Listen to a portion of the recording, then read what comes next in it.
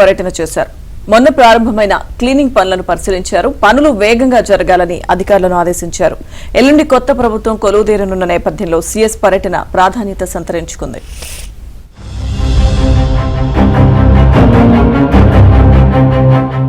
AP CS Neerabh Kumar అమరావతిలో సుడిగాలి పర్యటన చేశారు. శనివారం ప్రారంభమైన క్లీనింగ్ పనుల్ని పరిశీలించారు.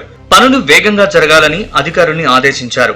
ఈ నెల 12న కొత్త ప్రభుత్వం కొలువు తీరనున్న నేపథ్యంలో సీఎస్ పర్యటన ప్రాధాన్యత సంతరించుకుంది.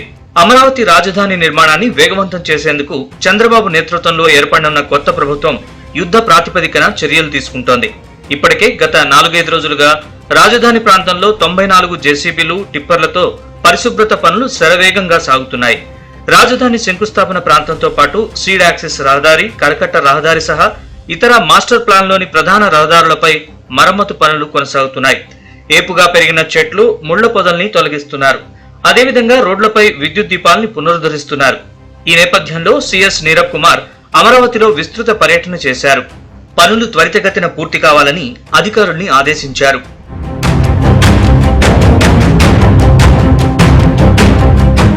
పర్యటనలో రాజధాని ప్రాంతంలో అసంపూర్తి నిర్మాణ పనులతో మధ్యలో ఆగిపోయిన వివిధ భవనాల నిర్మాణాలను సీఎస్ పరిశీలించారు.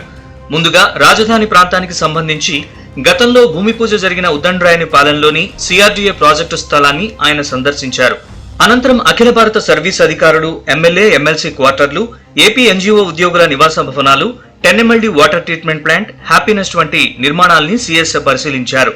అదేవిధంగా ఇప్పటికే కార్యకలాపాలు నిర్వహిస్తున్న హైకోర్టు అదనపు భవన సముదాయాన్ని కూడా సీఎస్ సందర్శించారు.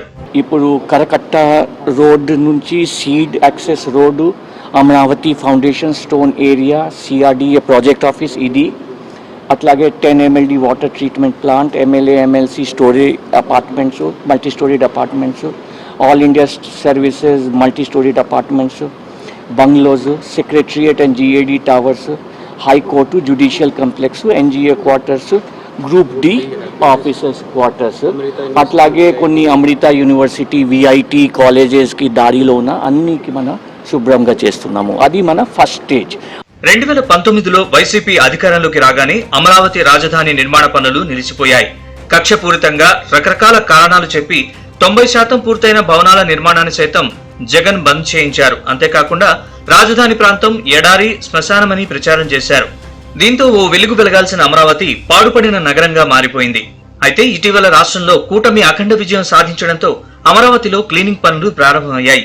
ఈ పనులు పూర్తయిన తర్వాత రివ్యూ చేసి పూర్తి నివేదికను కొత్త ప్రభుత్వానికి అందించనున్నారు సీఎస్ నీరబ్ కుమార్. అయితే 2015లో అమరావతి రాజధానికి శంకుస్థాపన జరిగిన సమయంలో ప్రస్తుత సీఎస్ నీరబ్ కుమార్ ప్రసాద్ రాష్ట్ర మున్సిపల్ పరిపాలన, పట్టణాభివృద్ధి శాఖ కమిషనర్ గా ఉన్నారు. దీంతో ఆయనకు రాజధాని నిర్మాణానికి సంబంధించిన పనులపై పూర్తి అవగాహన ఉందని ప్రభుత్వ వర్గాలు చెబుతున్నాయి.